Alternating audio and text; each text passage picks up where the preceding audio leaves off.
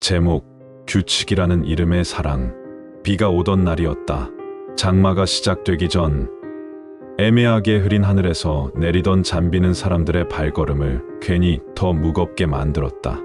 윤서는 그날도 회사에서 늦게 퇴근했다. 야근이 일상이 된 지 오래였고 집은 그저 잠을 자러 돌아오는 공간처럼 느껴진 지 한참이었다. 지하철역에서 내려 집으로 가는 골목길. 윤서는 습관처럼 이어폰을 꽂은 채 고개를 숙이고 걷고 있었다. 그때 아주 작은 소리가 발끝에서 들렸다. 낑! 처음에는 바람 소리인 줄 알았다. 하지만 몇 발자국을 더 가자 다시 들렸다. 낑낑! 윤서는 걸음을 멈췄다.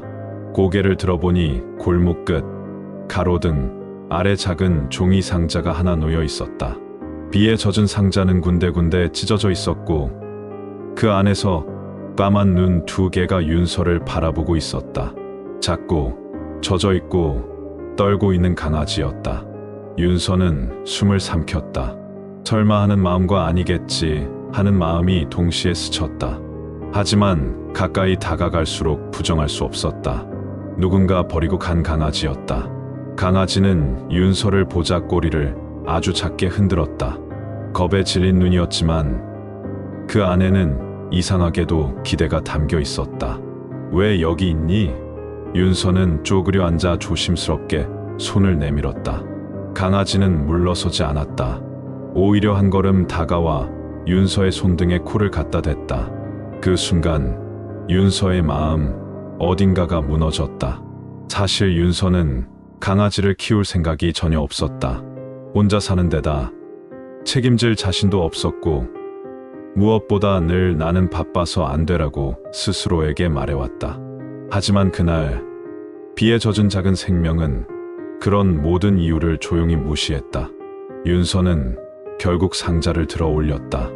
강아지는 그 안에서 꼼짝도 하지 않은 채 윤서의 얼굴을 올려다보고 있었다. 집에 가볼까?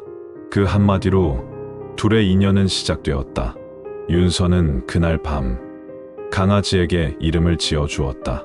비 오는 날 만난 작은 기적 같아서 루미, 빛이라는 뜻을 가진 이름이었다. 루미는 생각보다 활발한 강아지였다.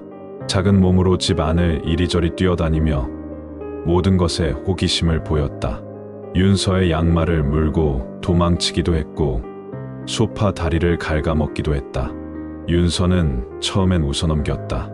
아이고, 귀여워라. 문제 행동이라고 생각하지 않았다. 루미가 혼자 집에 남아 짖어도 윤서는 외로워서 그렇겠지 하고 넘어갔다.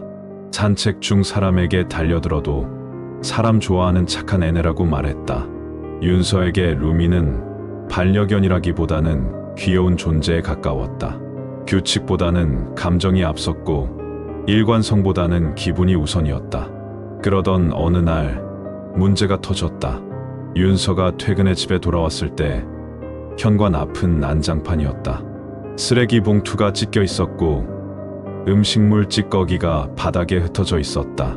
벽지는 긁혀 있었고 신발 하나는 형체를 알아볼 수 없을 정도였다. 윤서는 처음으로 목소리를 높였다. 루미, 이게 뭐야? 루미는 꼬리를 내린 채 구석에 웅크렸다. 눈을 마주치지 못하고 작은 몸을 더 작게 만들었다. 그 모습을 본 윤서는 마음이 흔들렸다. 화를 내면서도 동시에 죄책감이 밀려왔다. 아내가 너무 늦게 와서 그런가? 그날 이후로 문제는 점점 심해졌다. 산책 중 다른 강아지에게 공격적으로 변했고 집에서는 분리불안을 보였다. 윤서는 결국 훈련소를 찾았다. 놀랍게도 훈련소에서의 루미는 모범생이었다. 훈련사의 말에 정확히 반응했고 앉아, 기다려, 돌아와 같은 명령을 완벽하게 수행했다. 아주 똑똑한 아이예요. 훈련사는 웃으며 말했다.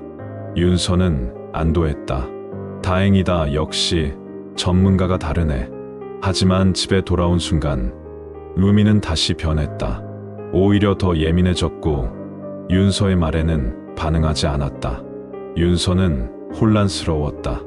왜 나 말은 안 듣는 거야? 훈련사는 윤서에게 조용히 물었다. 집에서는 보호자님이 규칙을 정하시나요? 윤서는 대답하지 못했다. 훈련사는 설명했다. 훈련은 기술이 아니라 관계라고. 훈련사의 규칙은 훈련사와 강아지 사이의 약속일 뿐. 집에서는 아무 의미가 없다고. 반려견에게 가장 중요한 사람은 보호자예요. 그분이 기준이 되지 않으면 아이는 혼란스러울 수밖에 없어요. 윤서는 그제야 깨달았다. 자신은 루미를 사랑한다고 생각했지만 사실은 책임을 회피하고 있었다는 것을. 그날 밤 윤서는 처음으로 진지하게 루미를 바라보았다. 루미는 윤서의 무릎에 머리를 올리고 자고 있었다. 그 작은 숨결 하나하나가 너무도 소중하게 느껴졌다. 미안해. 내가 너무 쉬운 길만 가려고 했구나. 하지만 변화는 쉽지 않았다. 훈련은 인내의 연속이었다. 윤서는 화를 참지 못하고 목소리를 높이기도 했고 포기하고 싶었던 날도 많았다. 그럴 때마다 루미는 조용히 윤서를 바라보았다. 혼란스럽지만 여전히 믿고 있다는 눈빛으로. 윤서는 마음을 다잡았다. 훈련사의 도움을 받되 모든 훈련에 직접 참여하기로 결심했다. 규칙은 단순했지만 일관되게 지켰다. 산책 전에는 반드시 앉아서 기다리기. 문을 나설 때는 보호자의 신호 후에 이동하기. 잘했을 때는 명확하게 칭찬하기. 무엇보다 윤서는 자신의 감정을 먼저 다스리려 노력했다. 어느 날 산책 중 루미가 예전처럼 사람에게 달려들지 않고 윤서를 올려다보며 멈췄다. 윤서는 그 순간 숨이 멎는 줄 알았다. 루미. 윤서의 목소리는 떨렸고 눈에는 눈물이 맺혔다. 루미는 꼬리를 천천히 흔들었다. 그날 이후 둘은 조금씩 달라졌다. 루미는 윤서를 기준으로 세상을 바라보기 시작했고 윤서는 루미를 통해 인내와 책임을 배웠다. 시간이 흘러 루미는 더 이상 작은 강아지가 아니었다. 하지만 윤서에게 루미는 여전히 그날 비 속에서 떨던 작은 빛이었다. 윤서는 이제 안다. 훈련은 지배가 아니라 소통이며 규칙은 억압이 아니라 사랑의 형태라는 것을. 루미는 윤서에게 말하지 않는다. 하지만 행동으로 늘 말해준다. 나는 내가 정해준 기준 안에서 안심하고 살아갈 수 있어.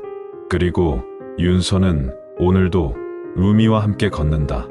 완벽하지 않아도 포기하지 않고 끝까지 함께. 사랑은 감정이 아니라 선택이고 책임이라는 것을. 반려는 소유가 아니라 동행이라는 것을. 그 사실 루미는 평생을 다해 윤서에게 가르쳐 주었다. 그리고 그 가르침은 오늘 이 이야기를 듣는 당신에게도 조용히 닿기를 바란다.